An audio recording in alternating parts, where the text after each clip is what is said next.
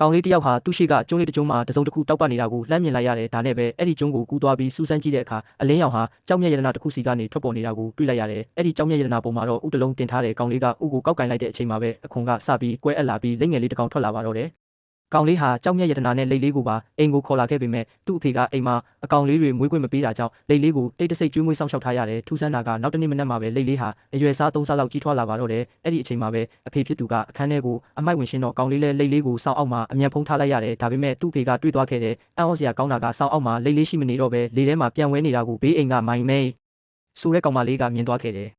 ဒီလိတ်လေးဟာတာမန်လေးမဟုတ်ဘူးဆိုတာကောင်လေးသဘောပေါက်သွားတယ်ဒါနဲ့ပဲလိတ်လေးကိုပင်လယ်ထဲပြန်လွတ်ပေးလိုက်ပေမဲ့သူကကောင်လေးနောက်ကိုပဲပြန်လိုက်လာပြန်တယ်နောက်ဆုံးတော့ကောင်လေးလည်းဘာမှမတတ်နိုင်တာနဲ့သူ့ကိုပြန်ခေါ်လာခဲ့ရတယ်အဲ့ဒီနောက်ပိုင်းကောင်လေးနဲ့လိတ်လေးတို့ဟာနေတိုင်းအတူတူဆုတ်ကစားကြပေမဲ့လိတ်လေးကအရန်ကိုမြင်းမြတ်ဆန်ဆန်ကြီးထွားလာတယ်မိုင်ကလည်းဒီလိတ်လေးဟာကာမရာကင်မရာဆိုတဲ့ဘလူးကြီးနဲ့အရန်တူနေကြောင်းတတိထားမိလာတယ်ဒါနဲ့ပဲကောင်လေးကသူ့တငယ်ချင်းတွေကိုခေါ်ပြီးလိတ်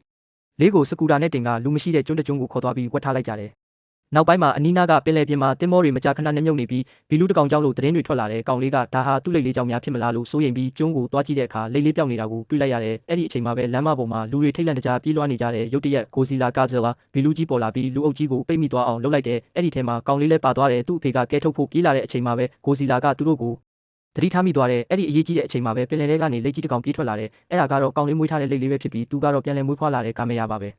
ဒါပေမဲ့ကာမရာဟာဂိုဇီလာနဲ့ရှင်ရင်အင်အားချင်းမမျှဘူးဖြစ်နေတဲ့ကန်ကောင်းတာကကာမရာကအလွန်ညံကောင်းတဲ့ဂိုဇီလာကရှာနဲ့ရန်စပြူတဲ့အချိန်မှာကာမရာကသူ့ရှာကိုမြ мян ဆန်ဆန်ဖမ်းဆုပ်လိုက်ပြီးဂိုဇီလာကိုမိတွေနဲ့ပြန်မှုတ်လိုက်တဲ့နောက်ဆုံးမှာတော့ဂိုဇီလာဟာပင်လယ်ထဲကိုပြုတ်ကျသွားပါတော့တယ်